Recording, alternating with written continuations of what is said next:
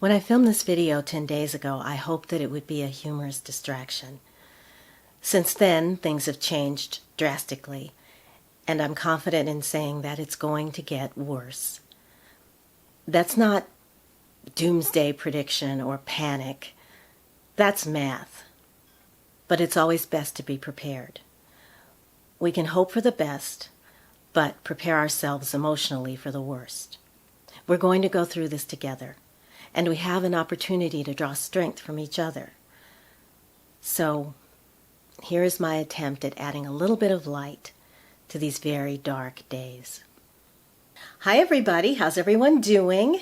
So, more than likely you're stuck at home right now. You've been socially distancing yourself, and probably all of the fun events that you had coming up over the next month or so have been canceled.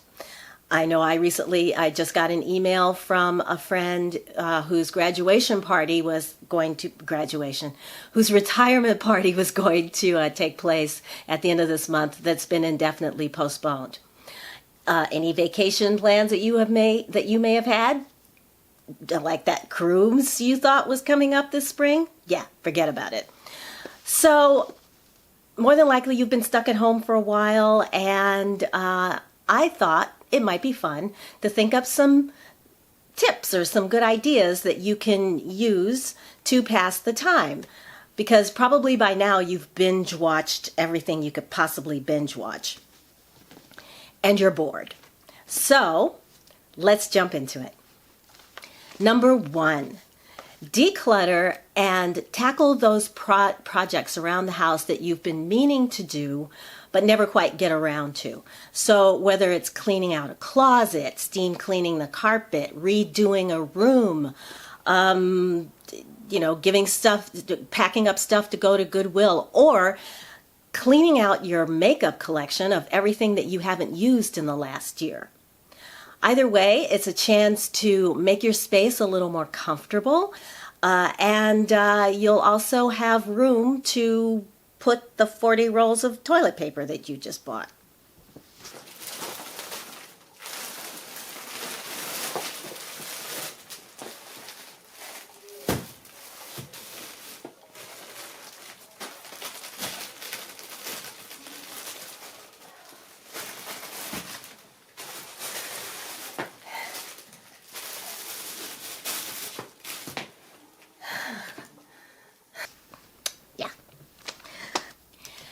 Number 2, turn on some loud music and dance. Dance around the house. Dancing is primal. It's something that has been part of humanity since we have had humanity. It's a great way to burn off some calories, burn off some steam, especially if you're frustrated right now because you can't go out and do the stuff you want to do.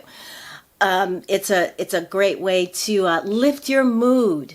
And, there's nothing like getting down and getting your groove on and really settling into some good dance music. So, dance!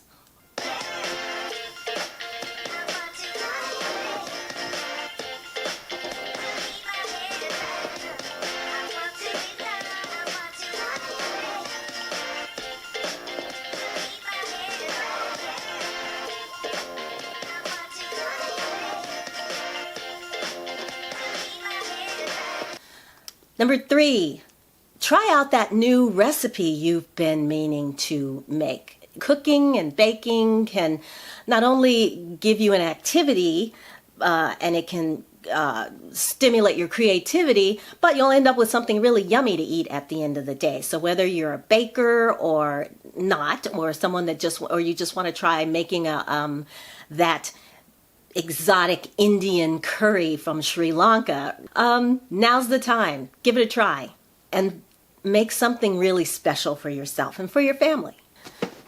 Number 4, try an online class. Can we just... If you do a search on YouTube for Skillshare, you will find a lot of YouTubers that have had videos sponsored by them that will provide you with a coupon for you to take 2 months of free classes. And they have hundreds of different types of classes for you to take. So anything that you may have wanted to learn, like maybe how to knit or crochet or creative writing, photography. There are just a ton of classes, learning to sing maybe. Anything that you can think of that you might have wanted to try out a class. There's language classes that you can take online as well. Check out your local university extension and make use of that time that you have challenging your brain a little bit, because that's really good for keeping us young, and you get to try something that maybe you've always wanted to try, but you never did. Number 5, take a walk outside.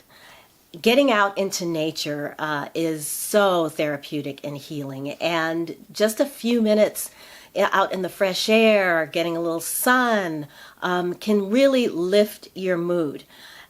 If you live in a crowded city like I do, it can be a little problematic. But social distance yourself from the crowds and just maybe spend just a few minutes outside moving around and soaking up a little bit of that sun and the energy that you get from just being outdoors. It can be so good to combat things like anxiety and depression, and it can help you sleep better. So if it's at all possible, get outside for a little while. Number 6, something that I have been doing lately is, all right, it's a guilty pleasure, watching virtual travel blogs. I have been watching, on YouTube or on television, there are so many of these exotic places where people have gone, and they've taken lots of these beautiful videos of places that you may want to go to at some point. You can take a virtual cruise. You can, I know I have become obsessed with Greece. I didn't know this, but I have got to go to Greece now because I've seen all these beautiful pictures and videos of the Greek islands, and just anywhere you want. Just make an afternoon of it. Kick back, put on something comfortable, grab yourself a beverage, and really settle in and let your mind just escape and wander off anywhere in the world your heart desires. Number 7, go down to the basement and get out those old board games that you haven't played in years. Whether it's Monopoly or Risk or Chemin de Fer, grab your cards, grab your dominoes. And especially if you have a family, it's a great family activity that you can kind of do together that will get you away from social media and the computer and the TV. So drag out those board games, make yourself some popcorn, and really settle in and have fun with the fam. Number 8, give yourself some spa time. Take a nice relaxing bath with some fragrant oils. Give yourself a face mask, or have your significant other break out the body oil, and you can give each other shared massages. Whatever, give yourself some time to just kind of relax and pamper yourself a little bit. Doesn't have to be anything fancy. Just, whatever you happen to have around that you enjoy. I mean, you can do like a hot shower, but have it at night with candlelight and a little diffused oil instead of the usual, jump in the shower in the morning and get out. So be creative. Give yourself a little spa break. Number 9, keep in touch. Whether it's by Skype or WhatsApp or FaceTime or phone. I know, phones, right? Keep in touch with your social network. These are people that you normally would see, whether it's the grandkids or like your next door neighbor, whoever.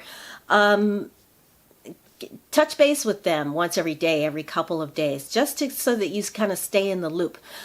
My close friends, what we've been doing is just kind of trading off and making sure that somebody talks to somebody at least once a day, especially for, like I have a couple of friends who live alone. Girl, this is what I'm saying. There is no way you're... Oh, wait, hold up. My cell is buzzing.